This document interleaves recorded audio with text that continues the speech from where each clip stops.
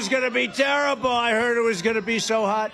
Did you see we put out a notice saying don't come? So only 20,000 people showed up. There's never been anything like this, but it's great to be back in the beautiful state. You know the state. We love it.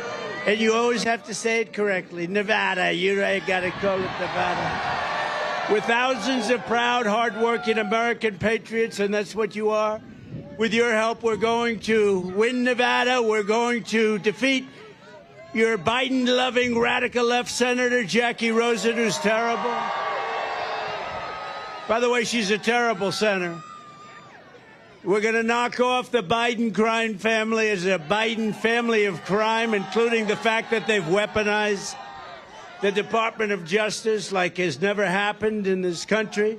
We're going to end the weak and failed regime of crooked Joe Biden, the worst president in the history of our country, and we're going to make America great again. For 3.5 years, the people of Nevada have had a front row seat to Joe Biden's evil and criminal obliteration of our southern border. It was criminal what he's done. Did you see the other day he came out with a little plan? Oh, let's make it a little bit tougher because he's getting killed in the poll. We're leading here by like 12 points, you know that. All we have to do is stop the steal, and we have it made. Just stop the steal. We can't let that happen again.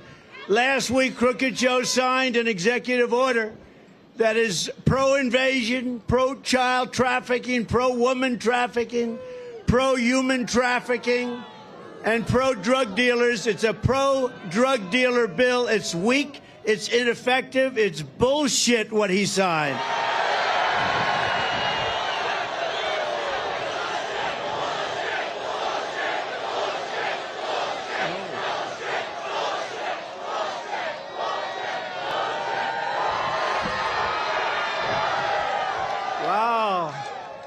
That's turning out to be like a deplorable. Remember deplorable when Hillary said deplorable?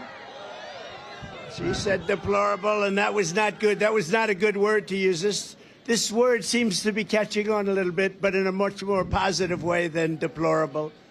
That was not good. She actually said deplorable and irredeemable. Do you remember? And I heard it. And I said, wow, that irredeemable's really a bad word, and it didn't catch on. What caught on was deplorable. So what the hell do I know about politics, right? Millions of people will continue pouring in, and they're coming right through the border like they have never come through before. What he signed means nothing. In fact, it makes it easier. In my opinion, it opens the border still further. We have people coming into our country. We're going to end up making, and I say this and I say it all the time, November 5th will be the most important day in the history of our country.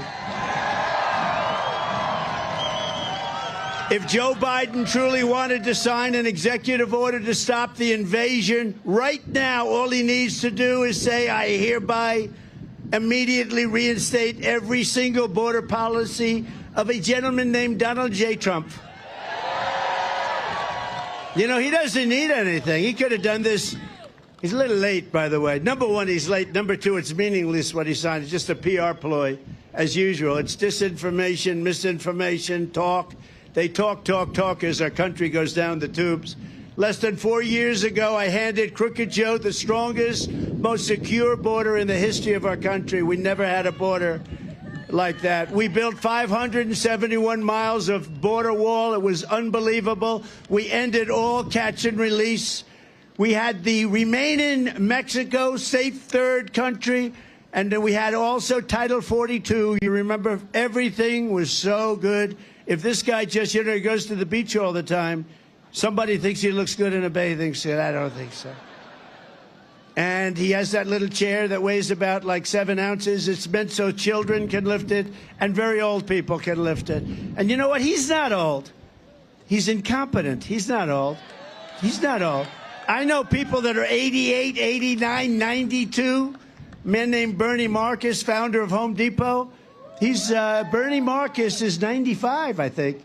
And he's 100. You talk to him, he's 100% sharp. This guy, there's just something missing. And there always has been, by the way.